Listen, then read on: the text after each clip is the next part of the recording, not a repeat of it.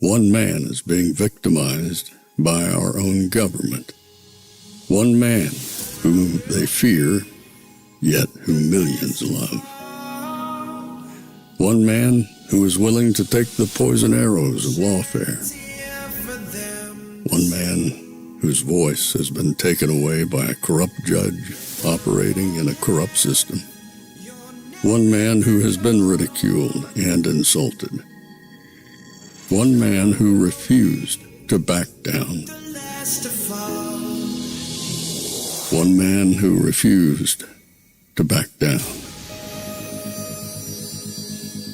One man who refused to back down. One man who stands between us and them. One man that wants to see America protected again. One man who wants to see America prosper again. One man who understands that a man is a man and a woman is a woman. One man who understands and protects the blessing of life. One man who wants to restore American exceptionalism. One man who once again wants to make America that shining city on a hill for all to see. A place where all the people of the world glowingly set their eyes upon. America. One man who unashamedly wants to make America great again. That one man is Donald Trump.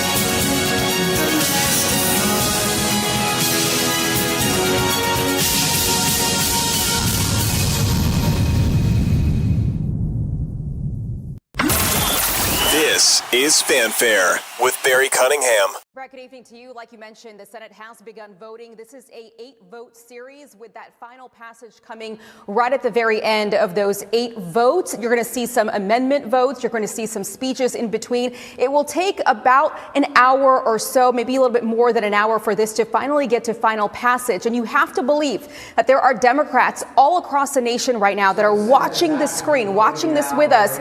And there is a lot of political backlash against their Senate Minority Leader, Chuck Schumer, for exactly what we're watching take place right now. Tonight, a growing number of Democrats are calling for Senate Minority Leader Chuck Schumer to step down. Respect his service, but time to move on. It comes after 7 Senate Democrats and 1 independent took a Republican deal to break the filibuster and reopen the government without securing the one issue they'd been fighting for, extending the Affordable Care Act subsidies. Progressive Congressman Ro Khanna calling Schumer, who did not vote for the deal, no longer effective and should be replaced. Congresswoman Rashida Tlaib adding, Senator Schumer has failed to meet this moment and is out of touch with the American people. Schumer should step down. I understand that not all of my Democratic colleagues are satisfied with this agreement, but waiting another week or another month wouldn't deliver a better outcome. Senate Republicans did promise to give Democrats a vote on the extension sometime in December. That doesn't mean, though, that it's guaranteed to pass or that House Speaker Mike Johnson would give it a vote. No, I can't guarantee it. Some Democrats call the deal a mistake and a betrayal, the House leader vowing to oppose the package. We're not going to stop the fight. We're going to continue to lean into the fight. And Brett, Speaker Johnson repeatedly told his Republican conference today that he hopes to have a vote on the House floor on this on Wednesday. He urged them to begin their journeys back to the Hill. He hasn't officially recalled the House. He won't do that until the Senate actually passes this officially. Again, we could see that here in the next hour, the culmination of a more than 40-day government shutdown. Brett? Yesterday about this time, we all thought there was a deal. Everything was in place. The government was going to reopen, that the Democrats have caved, and people on the right, we also thought the Republicans had caved, which they did. There was no reason to compromise with these people. And then today, they mucked it all up again. I don't have any idea what these people are doing. I don't think they have any idea what they're doing. The Democrats want to replace Schumer completely, which doesn't help them right now. They want a full Mondami effect. They want to go into socialism full on. And now they're realizing, just like the metaphor of Lucy moving the football, they don't have any control over Obamacare whatsoever. They got a negotiation to have a negotiation. That's what they did yesterday. John Thune said, we'll agree to talk about it. And that's it. Nothing else. And Mike Johnson, he's today going, may not even run it at all. We might just let you guys talk about it, but we may not even bring it to a vote. So the Democrats effectively have nothing. Nothing whatsoever. It's amazing. We've gone through 40 days now, and I would venture to say we're a little bit closer to a deal, but we're far away from a deal actually being signed. Again, to go over the process with you. The House created a bill, the CR, whatever it was. They passed it. Then it went to the Senate. The Senate didn't pass it. The Senate still hasn't passed it. They mucked it up and decided what they were going to do, change this, change that. And now, if and when they pass it tonight or tomorrow, whenever, then it goes all the way back to the House. Then the House takes it under consideration. And Hakeem Jeffries, I don't know what he's got up his sleeve, but he can't stop it if the Republicans want to pass it. Then you got people like Marjorie Taylor Greene who are trying to throw hand grenades into everything. And then you've got Rand Paul trying to throw hand grenades into everything. I don't know what the hell's going on. All I know is President Trump didn't seem too bothered today. So a little housekeeping, let me show you what's going to happen here. Obviously, Laura Ingraham's show comes on at 7 o'clock. I didn't know he's going to be making an appearance on her show. So I'll have to stop at about 6:55 and configure everything so we don't miss anything to bring that on. But before then, President Trump, in an unannounced, as he always does it seems, he was swearing in the ambassador of India today. And as he was swearing in, he said, let's take some questions. So I've got that for you prior to Laura coming on. And then when we do the Rumble jump over, we're going to talk to Zeke Arkham. Zeke is the big MAGA guy.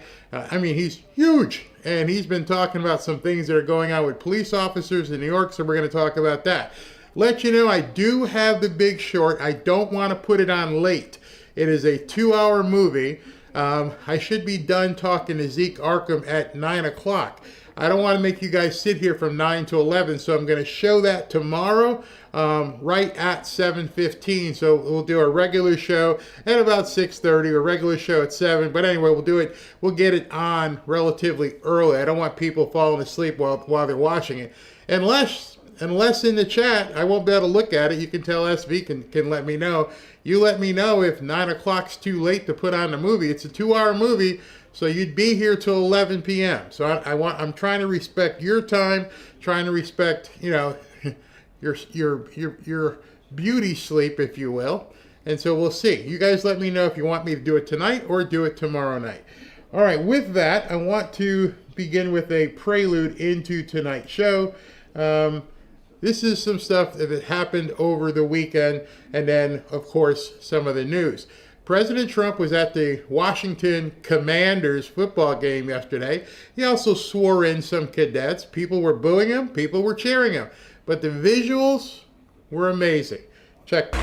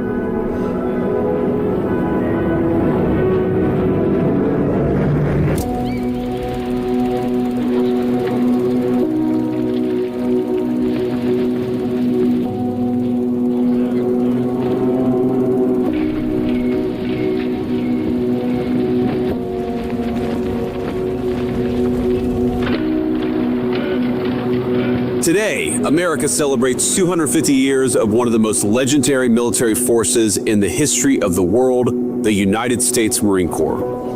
On November 10th, 1775, the Second Continental Congress passed a resolution to raise 2 battalions of Continental Marines.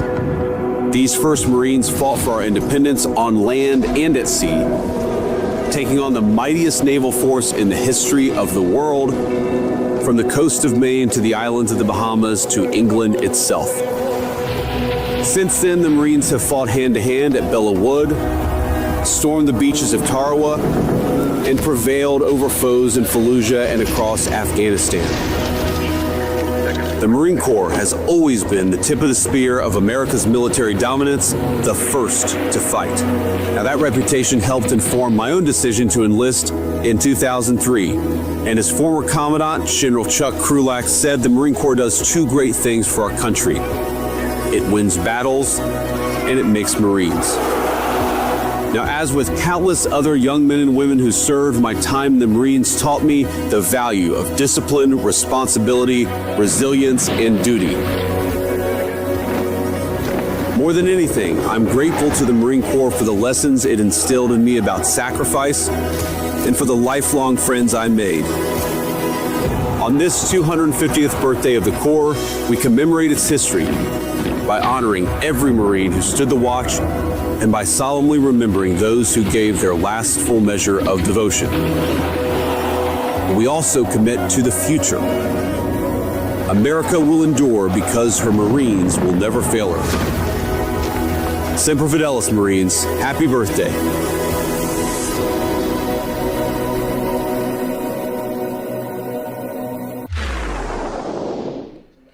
I thought that was very, very, very cool. So I wanted to show you that in case you hadn't seen it.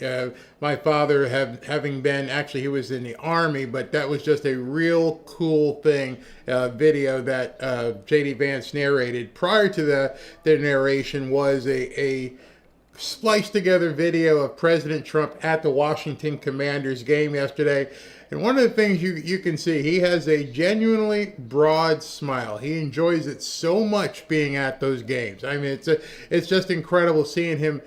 He's in his element when he's around these players. And there was no amount of booing or anything that was going to take that excitement away from him. Plus, he's also a fan of the game. So I thought those 2 pieces were really cool. So now, before Laura comes on with President Trump, let me show you the impromptu press conference that happened today in the Oval Office as he was swearing in Sergio Gore, who's going to be the new ambassador to India.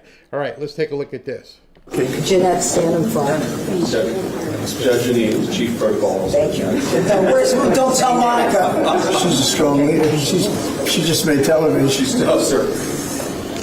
Okay. Thank you very much, everybody. It's an honor to be here for our friend Sergio Gore. Today we're thrilled to be in a swearing for the next ambassador to India and special envoy to South and Central Asia, which is a big deal, and Sergio will handle it better than anybody could handle it. So I just want to congratulate Sergio. Come here a minute, Sergio. So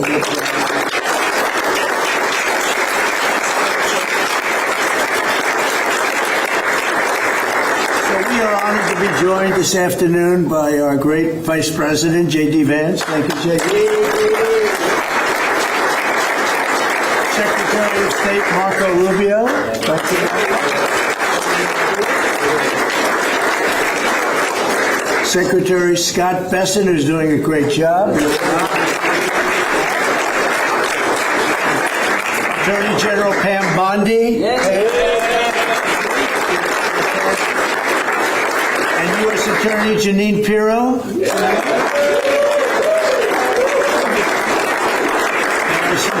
D.C. is a very safe place, Janine, right? Very safe place, and we're going to keep it. Yes. Along with Senators Lindsey Graham, Jim Risch, Tommy Tuberville, and Katie Britt, and I will give you an exemption because, you know, they're supposed to be right now in the Senate. And if you guys want to sneak out, nobody will see you leaving. Do you want to do that, Lindsay, or do you want to stay here?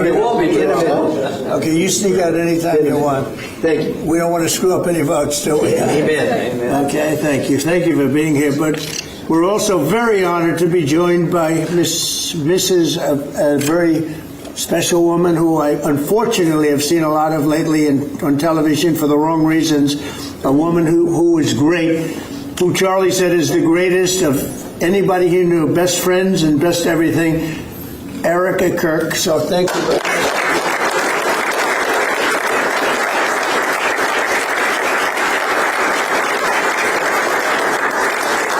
And as Erica knows, another special woman, Laura Ingraham. Where's Laura? She's here someplace. Thank you, Laura. And many other true American patriots, great people. 1 year ago, Sergio played a key role in helping us secure the most consequential presidential election victory in the history of our country. And from the day we won, he immediately began working to staff our new administration with the most talented team of any president, and we have had a great team. A couple of mistakes there, Sergio, but we won't mention them. We got rid of them pretty quick. We found a couple we weren't thrilled with. We got them out of here. But as my director of office and presidential personnel from the early days of transition, Sergio's leadership was essential to fulfilling the historic mandate entrusted to us by the American people. And that's what we've done with the help. Here at the White House, we set new benchmarks for presidential staffing. Nobody's done it, I think, hopefully better, but certainly quicker. But I don't think anybody's done it better. We have great people, surrounded by the people that I really do love and like and respect.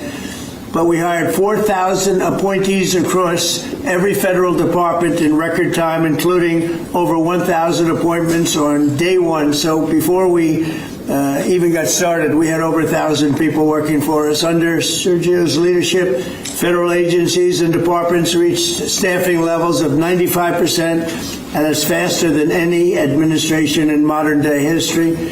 And prior to his work on behalf of my 2024 campaign, Sergio had tremendous success as an entrepreneur in the publishing world. He even published my book, which went to #1. I was very happy because if it didn't, he wouldn't be here. But now I'm trusting Sergio to help strengthen one of our country's most important international relationships, and that's the strategic partnership with the Republic of India. It's a big deal. India is home to one of the world's oldest civilizations, the largest country in the world, actually, and it's got over 1.5 billion people.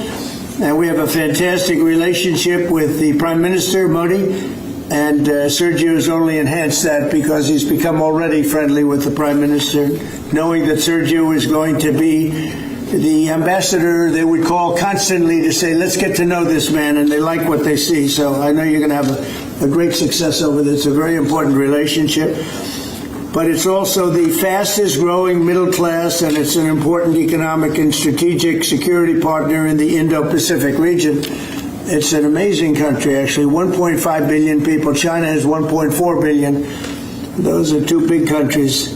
As ambassador, Sergio will work to fortify our country's bond, promote investments in key U.S. industries and technologies, increase American energy exports, and expand our security cooperation. And, you know, we're making a deal with India, a much different deal than we had in the past. So right now they don't love me, but they'll love us again.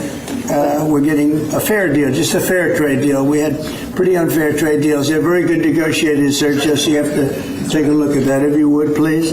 But we're getting close, Scott. I think we're pretty close to doing a deal that's good for everybody, right? In the old days, do you think Biden would ask that question? I don't think so. He'd say, how are we doing with India? He didn't know about India. He didn't know a damn thing. But that's okay. We had him. Likewise, in Sergio's role as special envoy to South and Central Asia, he'll be a key emissary to a very important group of nations at the crossroads between East and West. And last week, I was honored to host the leaders of 5 Central Asian countries here in the White House, and Sergio will be helping with all of that. We had an amazing meeting the other night at the White House, and I'm confident that Sergio will do an outstanding job and make our country and all of his friends very proud But I'm very proud of Sergio. I've known him for a long time, and he's a great guy. And most people love him. Some people don't like him so much. I'll be honest with you, Sergio. Some people, when they don't like Sergio, they don't like him. But when they like him more than anybody. But most of them really are the like category. And I just want to say that I think he's going to be an outstanding representative for the United States of America. And it's a big deal. Being the ambassador to India is a big deal. So, Sergio, congratulations. I know you're going to do a fantastic job. Thank you.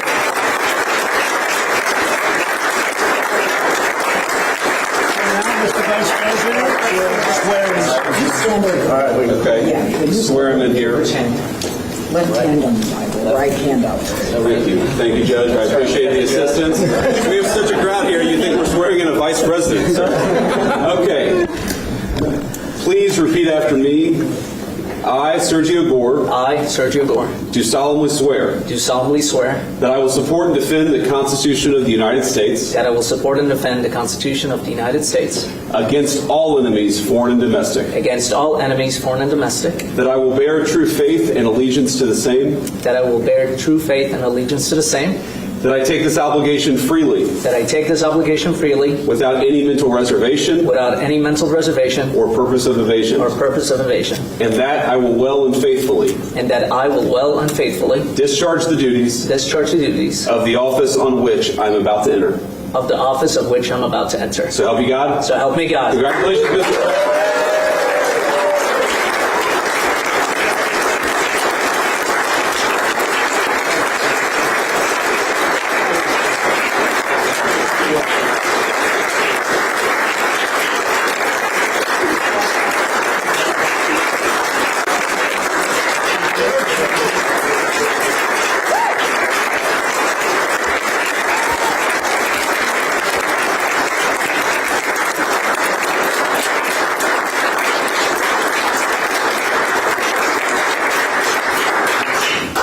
Mr. President, this is an honor of a lifetime. I want to thank first you, what you have done for this country before you came back in, the trouble that this country was facing. I mean, frankly, we were screwed. What you have achieved in 10 months has been historic, has surpassed any other presidency, and I fully believe what you will achieve in the next 3 years will never be beaten. So it has been an honor to serve you. I've been at your side for many years. I will continue to be there. And it's just an incredible honor. And I look forward to enhancing the relationship between our two nations. But again, thank you for entrusting me with this position. And I look forward to doing a great job for you. Thank you very much, sir.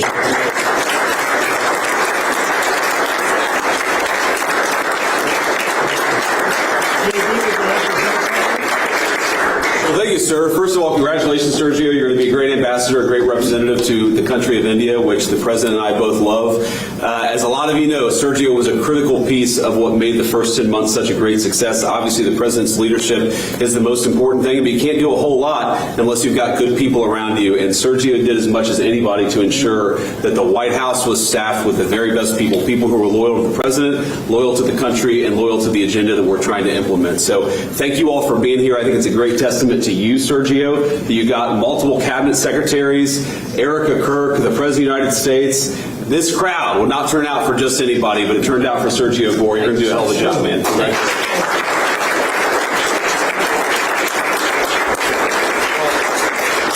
Just to echo what Sergio said, Mr. President, you've done a lot for this country, more than any other president has in such a short period of time, and part of that is putting together a phenomenal team, and I know Sergio was instrumental in helping you achieve that, and so we think you'll do a great job. This is a very impressive collection of people. There are almost 1.5 billion people in the Oval Office right now. But Sergio's going to do a phenomenal job. Those of us who've known him, so many of his friends that are here and family as well, that know how hard he works, 24 hours, 7 days a week. And that's what it takes to work in this administration, because of how much you're pushing our country forward around the world and here at home. And we know Sergio will do a great job. So congratulations, Sergio. You're going to do a phenomenal job. Thank you. Thank you. Janine, please. Well, I'm very proud to be here with Sergio. My friend has been my friend for many years. He is someone who is loyal, he is trustworthy, and he works as hard as anyone I know. And Mr. President, There is in this room a group of people who love you, who believe in you, and who are so proud to be in this Oval Office and to be part of this amazing day, because you have changed the course of America. You, and thank you, Sergio, for what you've done. God bless you both. Thank you.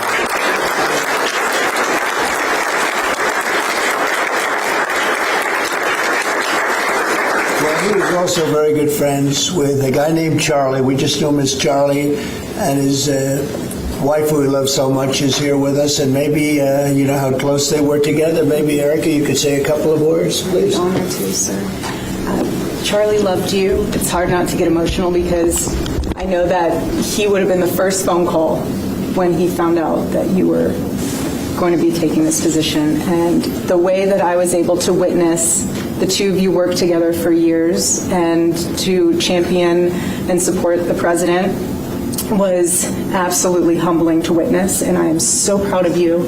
And Charlie is going to be with you every single day in spirit, and I will be praying for you every day because I know that this is just the beginning of an incredible opportunity for you. And sir, thank you for allowing Sergio to have this beautiful moment. Thank you very much. Thank you, Dara.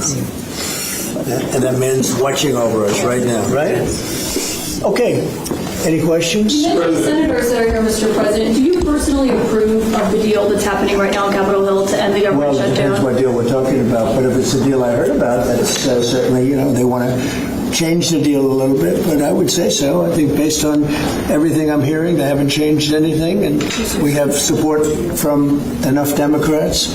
And we're going to be opening up our country. It's too bad it was closed, but we'll be opening up our country very quickly. Mr. President, that deal does reverse the mass firings your administration put through during the shutdown. Did you sign off on that, and will you abide by that if this passes? Well, I will be. I'll abide by the deal. The deal is very good. We're not going to be giving $1.5 trillion to people that came in from jails and from, the gangs and drug dealers and all of these others that they wanted to be given health care, which would have hurt our health care system. I hope that we're going to be able to have a health care where Lindsay and I were discussing it, Jim and I were discussing it, and Katie, we discussed it. We want a health care system where we pay the money to the people instead of the insurance companies. And I tell you, we're going to be working on that very hard over the next short period of time, where the people get the money. We're talking about trillions and trillions of dollars where the people get the money.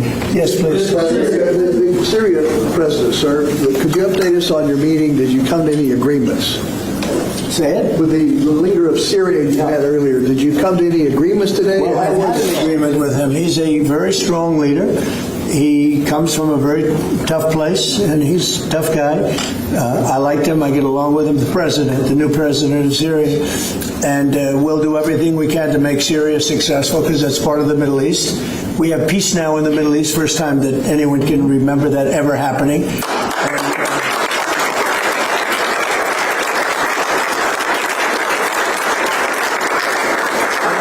Syria is a very big part of the Middle East, very important part. If you look back at Syria for years, they had the doctors, the lawyers, they had so many of the great intellects. It's an amazing place with great people, and we want to see Syria be successful along with the rest of the Middle East. So I have confidence that he'll be able to do the job, absolutely. How close are you to a deal on a trade deal with India? Are you willing to consider lowering the current tariff rate? Well, right now the tariffs are very high on India because of the Russian oil, and they've stopped doing the Russian oil. It's been reduced very substantially. Yeah, we're going to be bringing the tariffs down. What level are we talking about here? I mean, at some point we're going to be bringing them down. Without tariffs, this country would be in such trouble, as they were for many years. That's why we owe $38 trillion. And one of the things we're going to do, we're going to issue a dividend to our middle-income people and lower-income people of about $2,000. And we're going to use the remaining tariffs to lower our debt. We're going to be lowering our debt, which is a national security thing. So we're doing a lot of good work. And the numbers were reported so incorrectly. The real numbers are trillions of dollars have been taken in or gotten in terms of investment from the tariffs. And so if that were ever reversed, it would be a disaster. Frankly, it would be a national security problem for our country. And nobody thinks it's going to be reversed. I think we had a very good court case. As you know, it's before the Supreme Court right now. But if that were ever reversed, people are saying, oh, it's $1 billion. Some people said, oh, it's $2 billion. Well, that obviously we can handle very easily. But this is trillions of dollars we're talking about in terms of the tariff income and all the investment income that's come into our country. We have more than, I would say right now, more than $18 trillion. The biggest number ever is a tiny fraction of that for any country. China, the United States, the biggest number ever. If you look at the past administration, Biden, he did less than $1 trillion in 4 years. We're over $18 trillion. By the time my first year ends, we're going to have over $20 trillion of investment coming into the United States. It's unheard of. We have AI factories. We're leading China by a lot.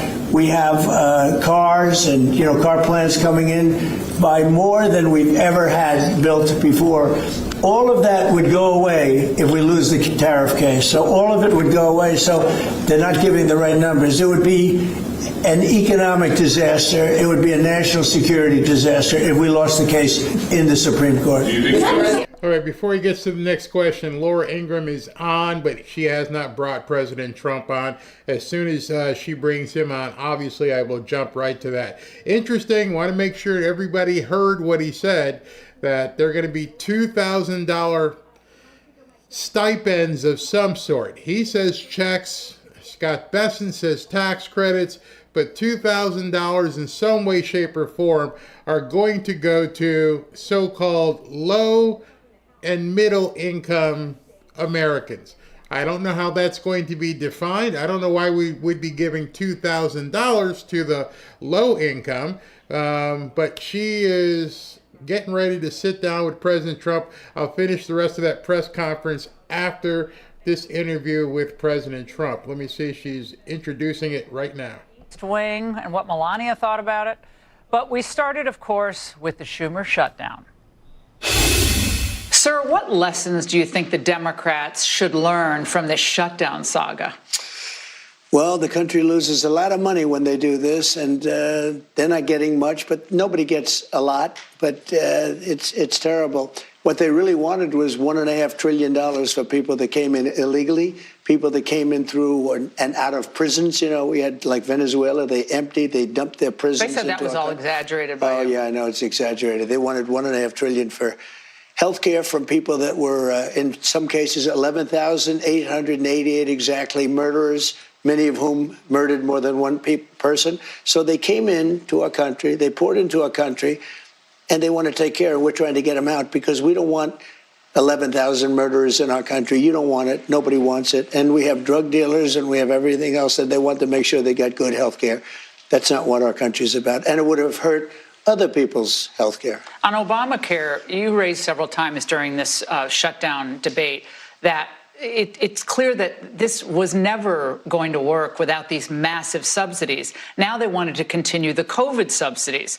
So given the fact that Obamacare really can't survive as they thought without these subsidies, what next? Well, I watched Obama from when this thing came about. As you know, I opposed it very strongly. Unfortunately, we had a couple of negative votes, which should never have happened. But I said it's going to be a disaster, and I was exactly right. The premiums have gone up like rocket ships, and I'm not just talking about recently. I'm talking about for years they've been going up. And he said premiums will go down, everything will be wonderful. It's horrible health insurance at a very high price. And what I want, and probably what you're alluding to, is the fact that I want, instead of going to the insurance companies, I want the money to go into an account for people where the people buy their own health insurance. It's so good. The insurance will be better. It'll cost less. Everybody's going to be happy. They're going to feel like entrepreneurs. They're actually able to go out and negotiate their own health insurance. And they can use it only for that reason. That's the beauty, only for that purpose. And if we did that, that would be so exciting. Call it Trump care, call it whatever you want to call it, but anything but Obamacare. Obamacare is a disaster, just like he was as a president.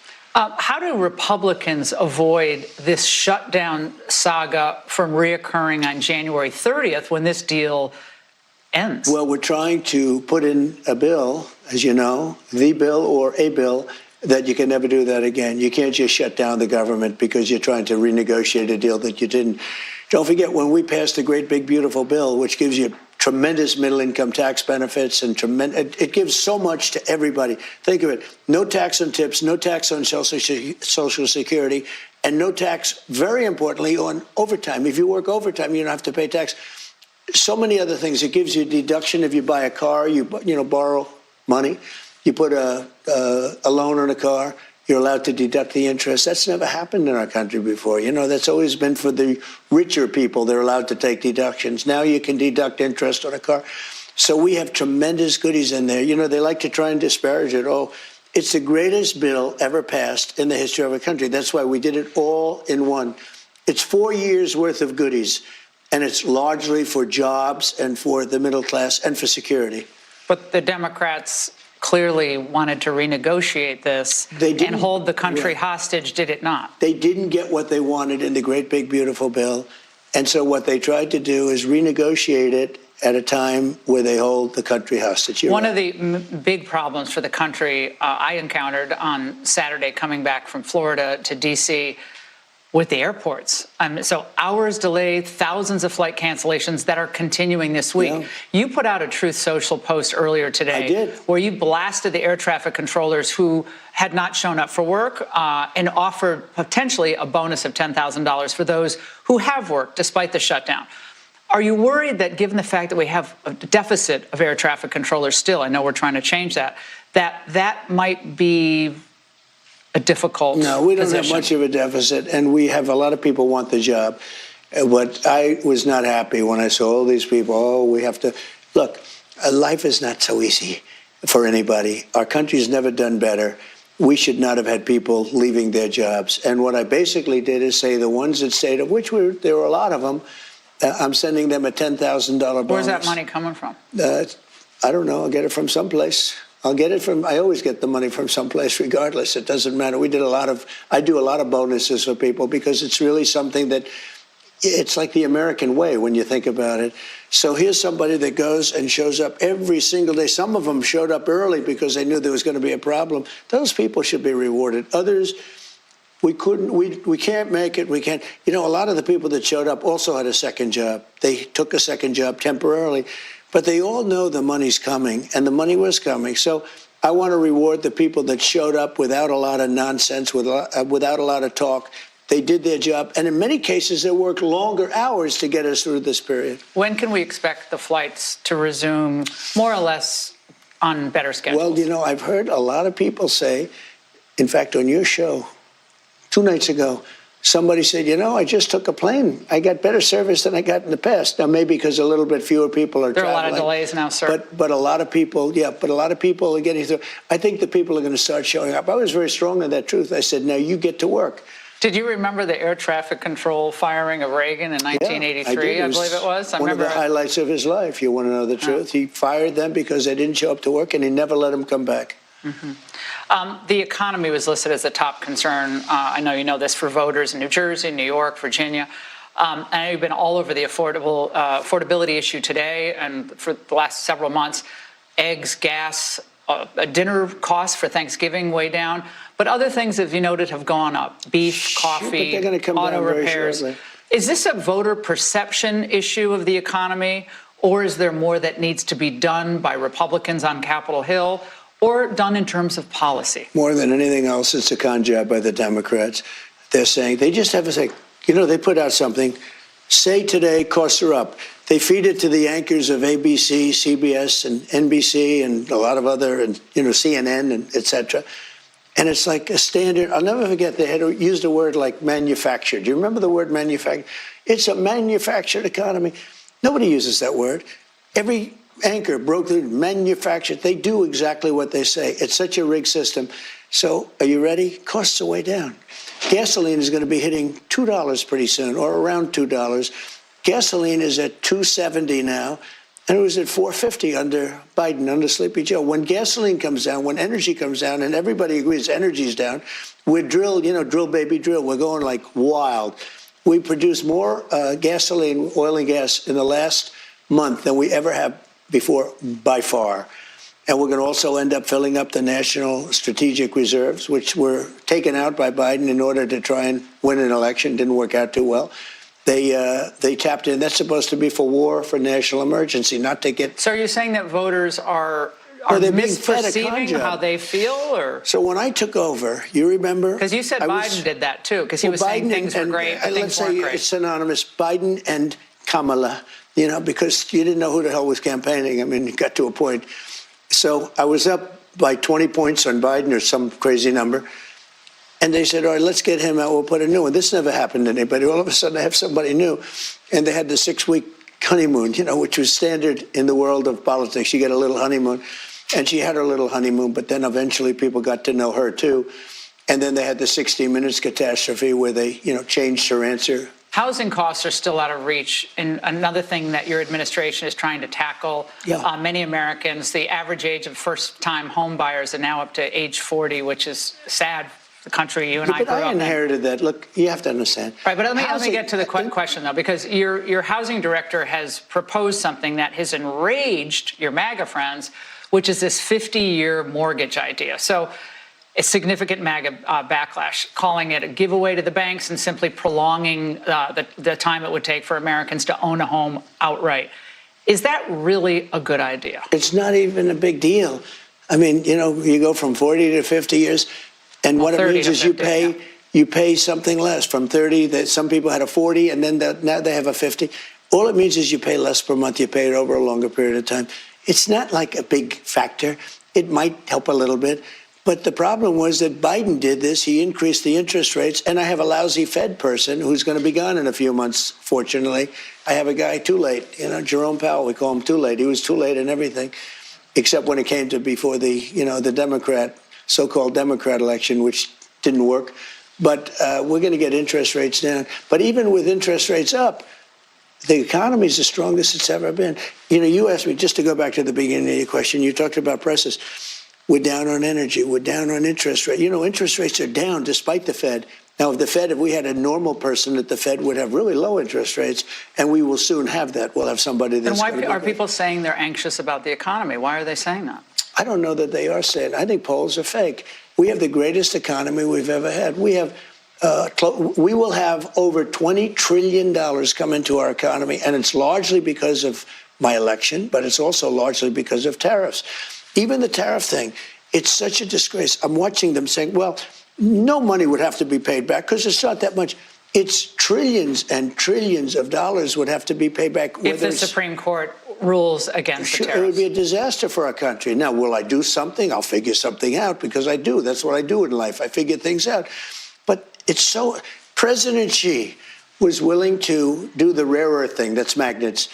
Now, nobody knows what a magnet is. If you don't have a magnet, you don't make a car. You don't make a computer. You don't make televisions and radios and all the other things. You don't make anything. It's a 30-year effort to monopolize a very important thing. Now, within 2 years, we'll have magnets, all the magnets we want, but we don't.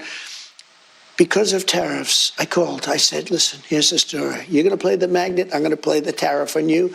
And for national security purposes, I raised the tariff by 100% over and above what they were paying, which was 55. So he was at 155%. Within 10 minutes, I got a call. We'd like to meet. And we settled it out. And we made a wonderful deal, great deal for our country. But we made a great deal. We would have had a closed country. We would have had a depression. The whole world would have had a depression. Doesn't it show us that we're too dependent on China? It's not just on rare earths, sir. We're dependent on them for still pharmaceuticals, still key industrial components. The Journal did a huge piece, and they're fairly pro-China, but a very extensive piece. It's all coming back, Laura, because of tariffs. I'm charging them tariffs of 100% and 150% for pharmaceuticals. What's happening? The pharmaceutical companies are all back here building plants right now. That's part of the $20 trillion of money that's come in because of tariffs. And we're not dependent on China. We're dependent on having a smart president. If we have a smart president, we're going to have no trouble. If we have a guy like we had last time, who was such an embarrassment, if we have stupid presidents, whether you have tariffs or don't have tariffs, it doesn't matter. If we didn't have tariffs, if I didn't have the power of the tariffs, right now we would have a country that wouldn't be making cars, wouldn't be making anything. A new detailed report on CNN, of all places, documents China's expansion of 60% of its missile facilities. It's staggering, bigger than anyone had ever thought, more robust growth. And over the weekend, The new Japanese prime minister, who I know you like a lot, Kaiichi, called the Taiwan situation extremely severe in its phase, and that they may consider any move on Taiwan by China to be a national survival crisis for Japan. Now, that gets better, a Chinese diplomat today said in a social media post that she, the Prime Minister of Japan, should be beheaded for her comments. These are not our friends, sir, are they, in China? Well, a lot of our allies aren't our friends either. Our allies took advantage of us on trade more than China did. And China took big advantage. I mean, we built, because we built their military. We built their military. We built their whole thing. The whole thing was, and by the way, if you remember, in my first term, I took in hundreds of billions of tariffs. I put tariffs on China very early. Then when we got hit with COVID, we fought that. We did a very good job, but that was COVID. It came from a certain place in China. Right. You remember? Another great gift from China. That was another little gift we got. But look, I get along great with President Xi. I get along great with China. But the only way you're going to get along well with China is you have to deal from a position of strength. We have tremendous strength because of tariffs. We have tremendous strength because of what I've done. I've rebuilt our military, and they have a lot of missiles, but we have a lot of missiles too. And they don't want to mess around with us, I can tell you that. A lot of MAGA folks are not thrilled about this idea of hundreds of thousands of foreign students in the United States. We have about 350,000 Chinese. One point during COVID, you were going to, push to, get them out, but that was pulled back. You've said as many as 600,000 Chinese students could come to the United States. Why, sir, is that a pro-MAGA position when so many American kids want to go to school and there are places not for them, and these universities are getting rich off Chinese money? Sure. Never said about China, but we do have a lot of people coming in from China. We always have, China and other countries. We also have a massive system of colleges and universities.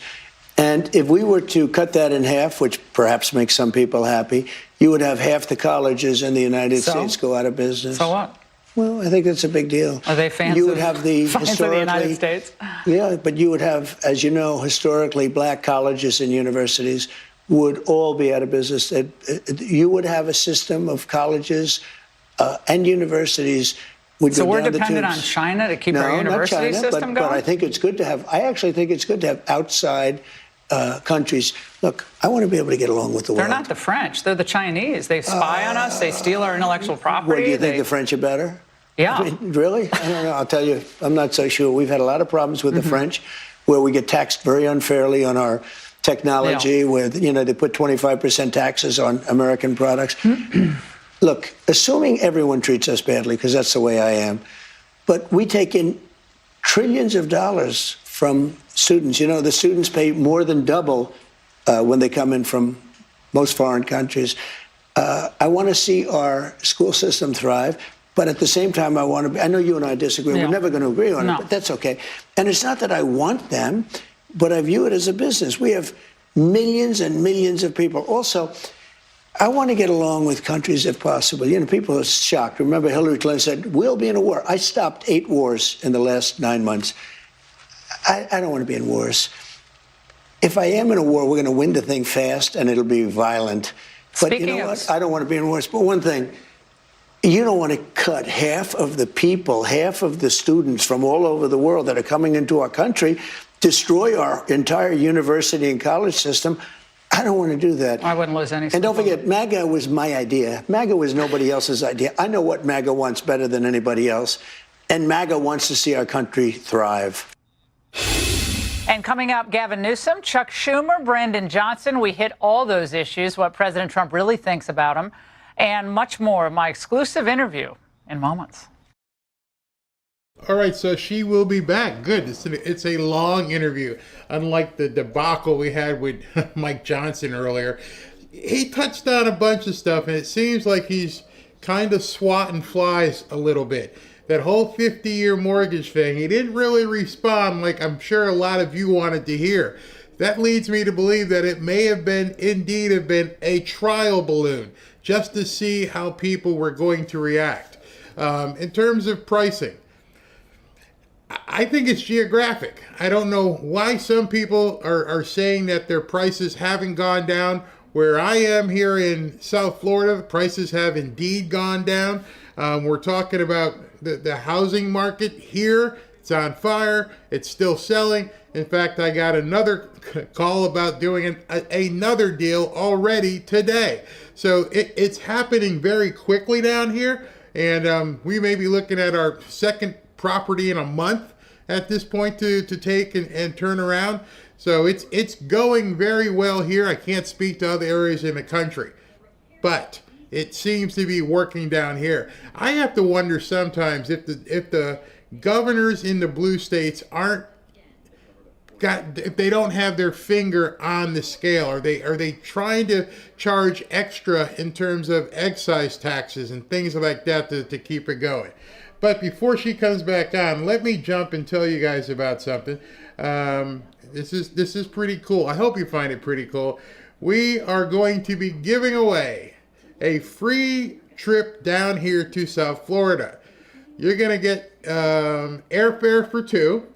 You're going to get a hotel room right near the beach. If I can put it on the beach, we'll get it on the beach. So it's airfare for two, a hotel room, and then you get to go deep sea fishing with us. I don't know who that lady is, but she the picture is because that's the sponsor of the event. It's the company is called fishingbooker.com. Let me get that off the screen so you can see. Enter to win. So if you'd like to get a trip down here, we'll pay for your airfare for two. We're going to put you in a hotel room. Robin and I are probably going to have dinner with you one of the nights. And Fishing Booker has hooked us up with a fishing trip, deep sea fishing. And all you've got to do is go to fanfareshop.org/fishing. It's very simple. I tested it. Ashley tested it. Robin tested it. SV tested it. The link is indeed working. So if for some reason you can't register, all of the mods, they all tested it. Everybody knows it's working. So I can't speak if your email doesn't work. But just go to fanfareshop.org/fishing. And I'm looking at that tattoo. That must have hurt. That must have hurt kind of hard. I wouldn't want somebody putting out a big old tattoo on my belly. But anyway, go to fanfareshop.org/fishing, and you will be able to enter for free.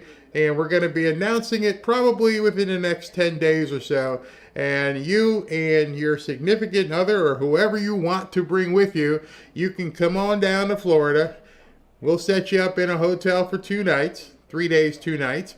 We'll go fishing if you can stand it. If you get sick deep sea fishing, I wouldn't enter. We'd hate to have you up chuck all over the place. So make sure you've got your sea legs underneath you. Don't take someone else's spot just to fly down and hang out on a beach. The whole idea here is to work with Fishing Booker to bring people out who want to get a big one. And it would really suck if you came down and you didn't know whether or not you were going to get sick. And trust me, as someone who has a real problem with seasickness, Robin usually goes. I don't usually go because I get sick. Seasickness is one of the worst things you could ever get. It's so easy to get over, and it's not life-threatening per se unless you lose your guts. But other than that, it's fun to go when it's nice and calm. So I can go out when it's a nice calm ocean. But if it's not calm on the ocean, or we're just bobbing, and I don't want to do that. If I'm gonna get on a boat, we're just gonna trawl, and we're gonna just do some kite fishing or something, and just keep moving. But in any event, she's back. Perfect timing. Now more of my exclusive interview with President Trump. Gavin Newsom had a message, sir, for his fellow Democrats after this shutdown deal. Sounds like some of my colleagues and friends in the United States Senate, some of my Democratic colleagues just decided that we're playing by the old set of rules, not a little bit. Right now, we've got to hold the line because I think America will become unrecognizable in a year or two unless we fight back. He wants to fight harder, and he thinks the Democrats aren't fighting hard enough against you and, of course, the Republicans. Gavin Newsom. I mean, I knew Gavin for 4 years. I got along great with him. But he's gone radical left, and he's building a train system from San Francisco to L.A. that's got about a 2,000 or 3,000% cost overrun. It's the worst thing I've never seen anything like it. I've seen cost overruns. I've never seen anything like that.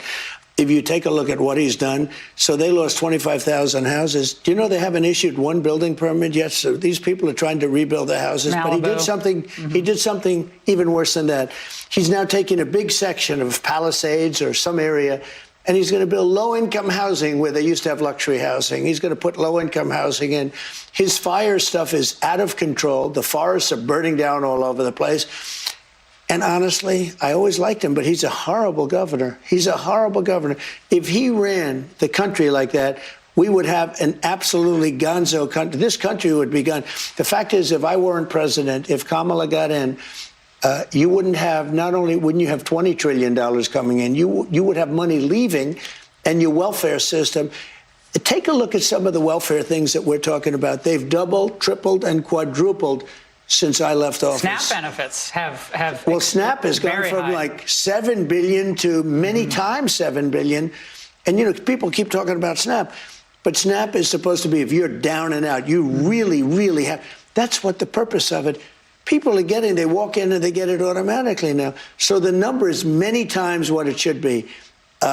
It's disgraceful. Can we change You wouldn't that? have been able, I'll tell you what, this country would have been busted, 100% busted within 5 months into a new administration I didn't win. Can we reform SNAP Yeah, and these I think we benefits can so they're reform it. used I for the think people I who should. really need them? It's meant for people. And you know what it does is it really puts the country at jeopardy. People that need it have to get it. I'm all for it. But people that are able-bodied can do a job. They leave their job because they figure they can pick this up. It's easier. That's not the purpose of it. So knives are out, it looks like, for Chuck Schumer. Ro Khanna is already calling for him to be replaced. What message do you have for Schumer tonight? Well, I think he made a mistake in going too far. Going too far or how? Well, he just went too far. He thought he could break the Republicans, and the Republicans broke him. But he did think that we have good policy, they have bad policy. And there's something, I don't know if it's Trump derangement or are they just crazed. They're like crazed lunatics. But, you know, we have just great policy. We have good people. They have some good people, too. I know a lot of Democrats. They're not all crazy. They're not all. But you have some that are absolutely terrible. I look at this Crockett. This is a very low IQ person. And I look at somebody that comes from Somalia where they don't have anything. They don't have police. They don't have military. They don't have anything. All they have is crime. And she comes in and tells us how to run our country. The Constitution says this, the Constitution. The whole thing is crazy. I feel badly because I've known Chuck Schumer. I knew him when he was a person who loved Israel, and now he's a Palestinian. He's become a Palestinian. And it's amazing. I've never seen a politician change so much. Also, he doesn't have, you know, he was a pretty talented guy. He's lost his talent. Chicago Mayor, your dear friend Brandon Johnson, is calling on the United Nations to investigate what he calls the abusive immigration crackdowns in the city by your ICE officers and so forth. The UN in Chicago? What is your message to him? Well, look, number one, he's got a 4% approval rating. You have people in Chicago, beautiful black women wearing a MAGA hat, red MAGA hat. Please come, Mr. Trump, President. They call me President. They call me Mr. They can call me whatever they want. Please come, President Trump. Please come to. They're begging us to come. He's very relaxed in this interview, wasn't he? Coming up, more of our exclusive interview with President Trump. What did he really mean when he said that he wasn't sure he would get into heaven? Find out next. That's an interesting topic. Very, very interesting topic. I don't know. Like I said, I think this guy puts a lot of stuff out there just to get people talking. Obviously, I'm thinking at this point that the 50-year mortgage thing might have been part of that. I apologize for the guy who was talking about the woman in the picture. That was very nasty. I mean, there's no reason for that kind of stuff and I'm glad SV caught him and showed him the door. I mean, a lot of people, no, it's free speech. No, it's not free speech. You can't be an idiot. You can't possibly be an idiot. So while we're on commercial break, let me show you something else. I haven't done this in a while. We're going to have to do some of these this weekend. If you'd like to submit a video to be part of, to be included in the show, go to fanfareshop.org/submit video. And if you do that, we can put your video in the show. I think it's like 1 minute. You get 1 minute to go ahead and make a video. And if you go ahead and make that video, we can edit it and put it here in the show. And if you have a question, I wonder if do you guys know what an AMA is? It's a social media term, AMA. AMA meaning Ask Me Anything. And, I'm thinking about doing one of those one day or evening where we just have a question Q&A. I know a lot of you will probably talk about real estate, but I think that would be pretty cool. And while we're waiting for Laura to come back on, let me also tell you, this is a good time. I'm doing like PSAs instead of actual commercials. Where's that other PSA? This one. The number's really wrong on it, but oh, here it is. This is the right one. I believe this is the right one. Hold on. Let me bring it up. I'm talking to myself. Yeah, this one. All right. If you'd like to join us in our private members only X group, if you're on X, go to fanfareshop.org/group, fanfareshop.org/group, and you'll join 18,000 plus fellow patriots that you can talk and share content and do all kinds of this. As you see the Fanfare family here, it's pretty much the same over there. People have talked to each other and they share content from wherever they want. I make sure, and the mods make sure it's nothing nasty or untoward, but nonetheless, it's a nice place for you guys to get your feet wet into X without going into the deep end of the pool. As I said, tomorrow night we're going to go ahead and run the movie The Big Short. I'm going to let you know in advance. There is some raw language at times. There is some raw footage at times. There's he goes to a strip club, and it all ties in with the story. But I know a lot of you guys, it might freak you out. So I'm just going to let you know in advance. If you tune in tomorrow night to watch the movie, there will be some raw language, and there will be some, I guess the best word I can say is some skin. And that skin, we're talking 20, 30 seconds here or there. Some of you guys might tune in just for the skin. But in any event, we're gonna see some that movie tomorrow, and it's all about what happened when we started giving mortgages to people who didn't have any reason to obtain a mortgage. Some people just aren't in a position to be able to obtain a mortgage because they haven't proven themselves to be good credit risks. And with that, that's how that whole thing happened in 2008. And I've been talking about that in the real estate. You'll see it tomorrow. And some of you, if you weren't paying attention back in 2008, 2009, it's probably going to leave you with your jaws on the ground, because a lot of people saw what happened, but they didn't know the inside details and what was causing everything to just collapse.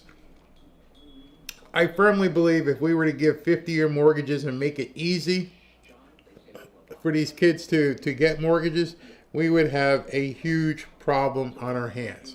An absolute massive problem on our hands. And when you have those kind of problems, some people make a lot of money. And that's what happened in The Big Short. People were making money hand over fist during the collapse of the real estate market. See, it collapsed for individuals. It collapsed for some banks, some speculators. But if you were in it, you could make a crap load of money. So I would hate to get in that situation again. I said before, I would hate it if it happened. But if it did happen, you don't even know. We're back. Is she back? Yeah. With more of my exclusive sit-down with President Trump, he reacted to all the attacks on the ballroom construction. I also asked him a very important question about his faith. Michelle Obama had something to say about the ballroom and the new ballroom. During an event to promote her new book, she said, "When we talk about the East Wing, it's the heart of the work. And to denigrate it, to tear it down, to pretend like it doesn't matter, it's a reflection of how you think of that role." Why is she wrong? Well, first of all, the East Wing was a beautiful little tiny structure that was built many years ago that was renovated and expanded and disbanded and columns ripped out, and it had nothing to do with the original building. It was a poor, sad sight, and I could have built the ballroom around it, but it would not have been. We're building one of the greatest ballrooms in the world. By the way, zero money spent by the government, zero. The East Wing is being spent by private donors. And it's a $250, $300 million building. It's going to be the most beautiful anywhere in the world. It'll be a large, beautiful, they had an event the other day. They could hold, with tables, they could hold 79 people. Now, if you have President Xi from China, or if you have some big state event, we have no place to have it. Not just regular people. Just regular people invite in. Obama wouldn't mind this. Mrs. Obama obviously wouldn't mind. They would put a tent on the lawn. It was a low section because that's the only section you have. So it was a low section. If it rained, you were sitting in 6 inches of water. It was a disaster. We're going to have the best ballroom anywhere in the world. And I built a lot of them. You know that. You know a lot of them. This will be one of the greatest ballrooms in the world. There was a report that Melania didn't love this idea. Is that true? She loved her little tiny office. But you know what? She's very smart. In about one day, if you would ask her now, she says it's great. But just so you understand, the East Wing sounds good, right? It sounds good. But the East Wing, that building was renovated 20 times, including adding a floor to the top, which was terrible. It was out of common brick, little tiny windows. It looked like hell. It had nothing to do with the original building. And I didn't want to sacrifice a great ballroom for an okay ballroom by leaving it right smack in the middle. In October, you were asked about ending wars, and you talked about that, and you said, I don't think there's anything that's going to get me into heaven. I think I'm not maybe heaven bound. A lot of Christians were sort of sad to hear that because Christ came to forgive our sins, if you believe that as Christians, and they open heaven to all of us. So don't you believe that? So the other day, the New York Times did a story and took that statement totally, literally. When I made that statement, I was being funny, sarcastic. It's bad for a politician to be sarcastic. I said, I'm never going to make it to heaven. A big audience. I don't think I can make it. I don't think I qualify, etc. I was kidding. I was having fun. I don't know if I will or not. I don't know. But the Times did a story, a little guy named Peter Baker, who is the sycophant to Obama. He wrote the Obama book, like Obama was a good president. He was one of the worst. Biden was the worst. Obama was top 3 or 4. But think of this. I make this statement, and the Times has a front page. Donald Trump is now questioning his life and his this and his that. I said to a group of people, a large group, I said, I don't know if I'm going to make it. I'm not so sure, but I'm going to fight to me, et cetera, et cetera. I was having fun, and they made it like serious. The thing I thought I learned, but I forgot about it, I guess, when I made this little, is you can't be sarcastic as a politician or have fun. But yes, I don't regret it. I don't regret it. All right, coming up, our panel reacts to this interview I did with President Trump. Plus, we're going to give you a sneak peek of what President Trump showed me outside of the Oval Office. All right, so when she does that sneak peek outside, I'll return. But it seems as though that's the end of the actual interview. I just wish sometimes they post the entire unedited cut, but I understand why they wouldn't do that. So I just want to let you guys know, yeah, like G. Fisher said, he was having fun. Relax. Sometimes he does joke and say things that people take the wrong way, like a 50-year mortgage. I'm convinced now at this point. But, we all know, if we believe, we already got the ticket. That's pretty much how it goes. And so I believe he understands that. All right, so I want to let you guys know. I'm going to wait till she comes back. Unless you guys want to hear the panel, I'll show it. But I hadn't planned on showing the panel. Just to let you guys know, if you want to come on down for 3 days and 2 nights, and we'll pay for the hotel, we'll pay for the airline tickets. And then you'll go fishing on, I believe the name of the boat, appropriately with the image, the name of the boat is called the Naughty Girl. And the Naughty Girl is a nice, I think it's like a 60-foot yacht that you guys can go fishing on. It's got a great salon inside. It's air conditioned if you want to get out of the sun. And we're gonna go ahead and again pay for the airfare for 2 people, hotel, and Robin and I will take you out to dinner, and then you'll go fishing probably with Robin and a couple friends. And just go to fanfareshop.org/fishing. Doesn't cost you a single dime. And it was funny, somebody said, I went to Google to look for it, I couldn't find it. Why in the hell would it be on Google? It's a registration page. I just gave you the direct link. Just put that in. And the mods will tell you as well. Go to fanfareshop.org/fishing. Doesn't cost you anything. There's no hook. There's a hook. There's a bunch of hooks, but I'm talking about in terms of the actual contest and being able to win a trip. The only thing that I guess there would be something you guys need to know about, there's a blackout period. Obviously, we can't do it during Thanksgiving week, and we can't do it from a little bit before Christmas until after New Year. So we'll announce a winner soon, but we just have those blackout periods because I can't. Number one, we got to wait until all the airports open back up as well, because that could be a nightmare, absolute nightmare. So while we're waiting to see if she's going to Laura is going to show us this. I don't know if it's an outtake or he was giving her some kind of tour. I want you to get ready for the jump over.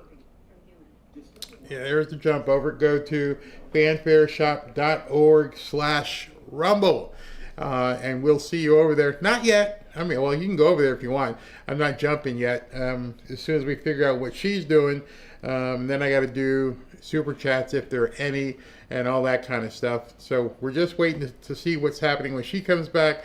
But if you want to see my interview with Zeke Arkan and see the rest of the Trump interview, a press conference, but I still have a good amount of time on that as well. So we'll finish that up on the other side after we see whether or not she is indeed done. All right, let me put that down so you guys can see. If this opening of the government is just temporary, we are still in the same box. Who is no more giving money to the liberals. Yep, I don't know what's going to be going on. Barry, I've been hearing rumors that we could have a housing crash like we had back in 2008. Have you heard anything like that? Only when he started talking about these 50-year mortgages. I haven't heard anything like that beforehand. The banks have been a little bit more careful than they were in 2008, and so I don't see there being a huge market crash because I don't think a lot of people got mortgages that weren't supposed to get them. It was 10 degrees this morning. Ooh, where are you at? I know it's supposed to get cold down here, but I won't tell you because I know some of you guys are really getting some cold weather. They told us like overnight's supposed to get to like 48 degrees, but as long as you're not standing under a tree and get hit by a falling iguana, by about noon or so, it'll be back up to 65 and 70, so we're good. Let's see what she's doing. She's coming back on. Let's go ahead and listen what she says. Amazing interview I just conducted with President Trump. We discussed everything from Newsom's rise, China's chokehold on rare earths and other things. Of course, the shutdown mania and what it did to Chuck Schumer. Hakeem Jeffries looks like he might be challenged from the left, too. Anyway, it turned into a spirited discussion about the hundreds of thousands of Chinese students entering the country. Now, we don't see eye to eye and everything, but he knows that I respect him and that I know he's going to do what it takes to protect American interests. They get along great with China, but the only way you're going to get along well with China is you have to deal from a position of strength. We have tremendous strength because of tariffs. We have tremendous strength because of what I've done. I've rebuilt our military, and they have a lot of missiles, but we have a lot of missiles too, and they don't want to mess around with us. Here with the reaction of my sit-down with President Trump, Ned Ryan, American Majority founder and CEO, Alex. All right, so that was the interview. Let's, unless you guys want to see these guys talk, let me know, because otherwise I'm going to do the jump over relatively soon. Again, if you want to get over there early, you can go. Wait, where'd I go? Hold on. you can go to fanfareshop.org/rumble, and you can meet us over there as I do super chats. And then, like I said, I've still got some stuff to talk about with show you in terms of President Trump's press conference, and then some other news as well. But let me get to super chats right now before we jump over. Oh, I got some good tunes tonight too. Let me talk to you guys about the music. I try to get a varied selection of music. And number one, the reason why I first started doing the music when we started doing the Rumble Jump Over was because I wanted to do something different. Let people know this nighttime atmosphere. It's a little bit more relaxed. And over there I can do stuff that I can't do here. And to me, it's sort of like letting you guys let your hair down. Some of us don't have much left to let down, but just to have a good time, just to relax, talk to each other, remember what life used to be like. You know, I'm 65. I grew up loving music in the 80s and 90s, somewhat in the 70s as well. And I look at tunes, and I look at these tunes and say, you know what? I like that. I remember what I was doing back then. I remember what kind of times I had, what kind of knucklehead stuff I did with my friends, where I didn't have to worry about DEI and they didn't have to worry about DEI. And if I was, not if, I'm being a black guy and I could look to my right or left and see two white guys, and we all had fun. It didn't matter growing up. And so that's why I like playing the music. Hope let you guys relax and think of a different time. Sometimes people get upset with the music. Somebody sent me an email, well, you know, I was going to do this thing and all I saw was rock music. All right, well, yeah, relax. At some point in your life, you were young and you had fun. I think that's the song. Yeah, remember that?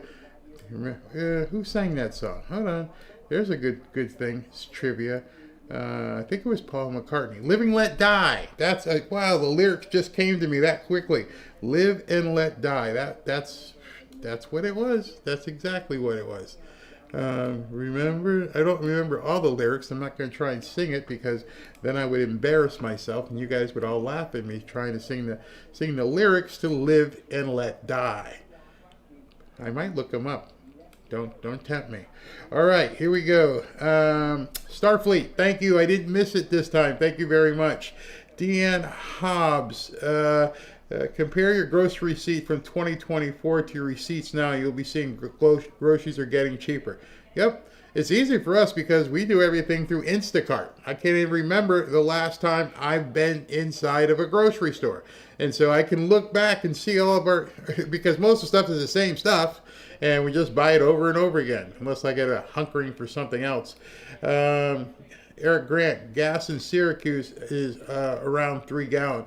Gas down here, we're looking at gas down here, sub 3, 250, 260. We're loving that. George Rivera, when my wife and I tried to enter our emails, we toggled the blue button and there was no acknowledgement screen. What you talking about, Willis? All you do is put your email in, hit submit. There you go. That's it. Caroline Corin, thank you. Tania, Barry, you said we'll tune into the movie tomorrow because it shows skin. Are you saying we're a bunch of perverts? No, the reason I'm saying it, Tania, is where'd it go? Oh my goodness. The reason I said it is because I'll get some emails. Oh, why didn't you tell me that there was like a naked woman there and she was showing her, her bare breastages and these guys were... I get those emails. They're like, Barry, you shouldn't be showing that. It's in the movie. All right, that's why, Tania. TYR, I've been with you for about a year now. Thank you for explaining things so everyone can understand. Thank you very much. Fakovsky, I like to eat seafood, not keen on fishing. Well, if you catch it, you get to eat it. There you go. George Rivera. Hold on. Let me just tell you that. Yes. I know you'll be in a hotel, but if you catch a red snapper, trust me, they will cut it up on the boat and give you the fillets. And if you don't want them, I know somebody who will take them off your hands. Real, hey, we'll take those. Absolutely. Nothing like the fresh fish right out the ocean. George Rivera, the phishing link worked on my phone, as Dana would said, never mind. Chris P, think about lowballing an offer on an investment condo with an existing tenant underpaying $800 a month, refusing to leave. What are your thoughts? Never use the term lowball. That's just a little real estate, little knowledge here. I correct real estate agents anytime they say, you're making a lowball offer. No, I'm not. I'm giving you an offer that I'm willing to pay. It's not a lowball. That is my offer. And don't come back at me with, can you give me your highest and best? What do you think, I do this for fun? I'm giving you my best offer. That's the number. Take it or leave it. So if you want to put an offer in on a condo, if it's a number you're willing to pay, then go ahead and put it in. If you've done all your due diligence and it makes sense for you, don't worry about the other stuff. See, like what did you say here? You said here, think about lowballing an offer on investment with existing tenant underpaying $800 a month, refusing to leave. I don't know what state you're in. All right, let me talk about that. I don't know what state you're in. If you got a tenant in a property and they don't want to leave, you know what's next. You have to file an eviction.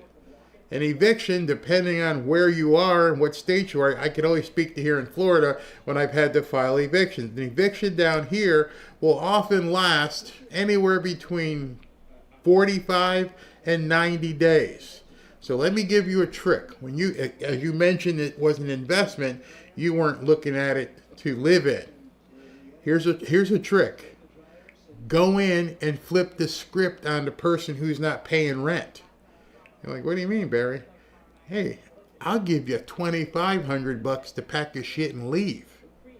Wait a minute, you're gonna pay me? I will pay you so you can get first, last, and security and be somebody else's headache. Otherwise, I'm gonna evict you, and if I evict you, you're done. No one's ever gonna rent to you for 7 years.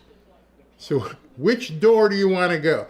My lawyers, JJ, you guys have met him here, will file the eviction, and then we'll report it to every place we can possibly report it. And then once your name goes on at that database, you're screwed.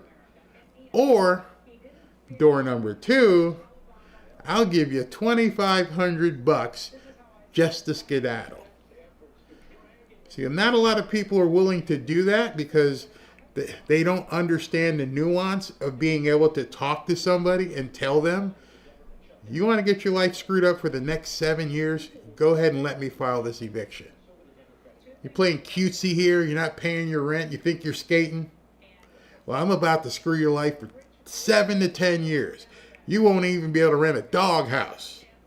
Or, I'll give you $2,500. We'll shake hands, and you be on your way. You don't even have to clean up. Do that, whatever that number is. I say $2,500 because you said $800. 800 times 3 months, first, last, security, $2,400. That's where I came up with that number. If I'm willing to do an investment deal, I will get somebody out by paying their first, last, and security and let them go be somebody else's headache. Now, I don't care where you go and who you screw over, but you're no longer my problem. Unless you want to stay here, then you are my problem, and I'll take that same $2,500 and I'll pay JJ to make your life miserable. Which door do you want to choose? Just a little. That one was free. That was free for you guys. Absolutely free. Bridget, what is better than 61 day of the nuclear option? I wish they had done it. California just had a recent 30-gallon hike. Oh my God. Teresa, there's a 38-cent excise tax in Ohio. Yeah, these people are screwing people. I mean, absolutely doing whatever they can to try and stick it to people. And I see some of the comments here. Yeah, if you have to evict somebody, let them know what an eviction will do for them. Have them go talk to an apartment complex. Hey, if I have an eviction on my record, are you going to rent to me? Hell no. And then I will tell them, hey, go call an ad in the paper. Use a fake name and say, hey, listen, I have an eviction like 4 months ago. Will you rent? No. And once they find out they're toast, they will take that money. And they will no longer be your headache. Like it, love it, that's how you do it. All right, everybody, I'm going to play the break music, and then when we wake up, we will be on Rumble. All right, see you guys over there.